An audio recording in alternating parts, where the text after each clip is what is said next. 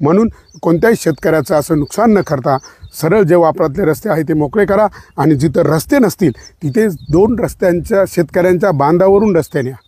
कृपया खबरदार, तुम्ही रस्त्यांच्या शेतकऱ्यांच्या असं मधोमध रस्त्यात नेऊन त्याचं शेतधुबा घाल. तर माझं या माध्यमातून आव्हान आहे. आणि चला आता आपण बघा इथं आता परत एकदा बघून घेऊ आपण. हे बघा इथे आहे हा सिमेंट कॉन्क्रीटचा भयाळे ते खडकजाम रस्ता. हा इथपर्यंत आला आहे आणि इथून हा रस्ता आता कागदावर दाखवलेल्या पायवाटेप्रमाणे शेतकऱ्याच्या शेतातून नेऊन त्याचं पिकाचं नुकसान करायचं की आता तो अस्तित्वात असलेला वर्षानुवर्षे पिढ्यानपिढ्या यांचे आजोबा पंजोबा त्यांचे वडील सगळे या रस्त्याने गेले, तो हा रस्ता. हे बघा आपण बघतोय रितसर रस्ता आहे. हे बघा आता ही पूर्ण त्या सिमेंट कॉन्क्रीटच्या रस्त्यापासून तर आता ही पूर्ण पायवाट आपण बघतोय. बघा हा पूर्ण रस्ता आहे. ट्रॅक्टर, बैलगाड्या आणि अनेक अवजारं त्यांच्या ह्या रस्त्यावरून जात आहे.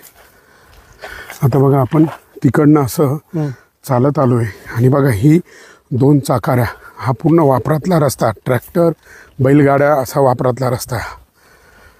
आणि पुढे खडीकरण पण झाला ना.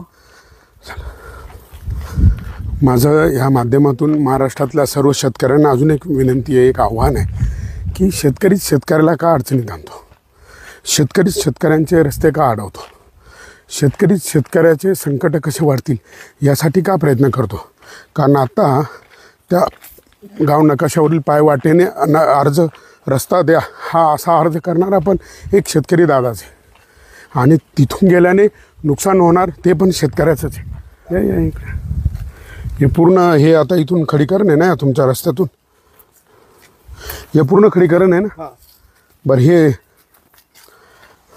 बघा थांबा आता आपण तिकडनं जो आलो आहे जिथं सिमेंट कॉन्क्रीटचा हा भयाळे ते खडकजाम जो रस्ता तयार होत आला आहे आणि तो ज्या अशा मोमेंटला थांबला आहे की तिथून पुढे गाव नकाशा दाखवतो आहे एका शेतकऱ्याच्या शेतातून, फक्त गाव नकाशावर, फक्त नकाशा इंग्रजकालीन जे काही नकाशांवरती टिकमार्क आहे पायवाट दाखवली, परंतु ती पायवाट अस्तित्वात नाही. आपण पाहिलं तिथं शेती आहे, उभं पीक आहे माझ्या शेतकऱ्याचं.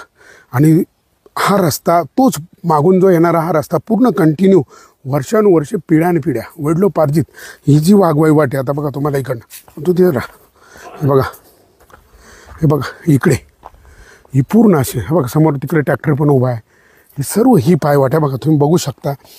हे सगळं खडीकरण झालेलं आहे. हे खडीकरण कधी झालं या इकडे तुम्ही सगळं 1977ला. 1977ला. बरं, म्हणजे हा रस्ता त्याच्या आधीपासून आहे. आधीपासून